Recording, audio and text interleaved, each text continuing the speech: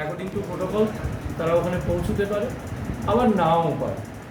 কেন কি বেঙ্গলের এখন তো অনেক হেভি কর্তব্য এসে পড়েছে সামনে। তো এইসব ছেলে মেয়ে কারা তৈরি করেছে?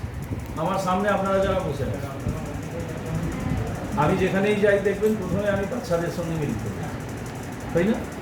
আজকেও খেয়াল করেছি, কেননা আমার ভবিষ্যৎ, আমার বাংলার ভবিষ্যৎ, অল বেঙ্গল যোগাসনের ভবিষ্যৎ ওখানে দাঁড়িয়ে আছে।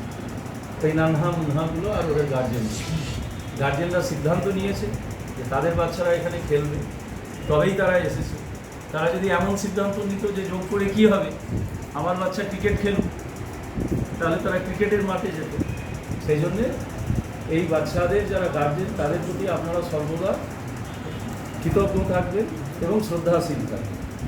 যদি এটা হয় তাহলে আসুন, তাহলে গোটা পশ্চিমবাংলার কোনো এই রুমা তোমরা এগিয়ে চলেছে।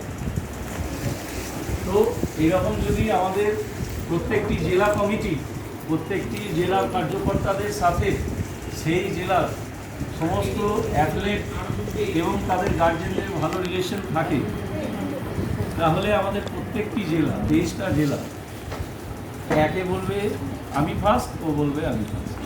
এখনও পর্যন্ত সবচেয়ে ভালো রেজাল্ট পশ্চিমবঙ্গের অন্যান্য জেলাগুলির তুলনায় অখণ্ড মেদিনীপুর সর্বদাই এগিয়ে থাকে।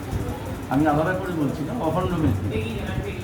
আর ঠিক তার পিছনেই আপনারা আছেন উত্তর 24 পরগনা। এবছর সর্বাধিক টিচার এখান থেকে গিয়েছিল গ্রাজুয়েশন কোচেস ওরিয়েন্টেশন। তো আপনাদের এই যে ভূমি উত্তর 24 পরগনার যে ধরতি, এটা বীর ধরা। আমরা যদি স্বাধীনতা সংগ্রামের ইতিহাসের পৃষ্ঠা করে দেখি, তাহলে আমরা দেখব যে আপনার জেলার বিপ্লবীদের বলিদান সবচেয়ে বেশি আছে।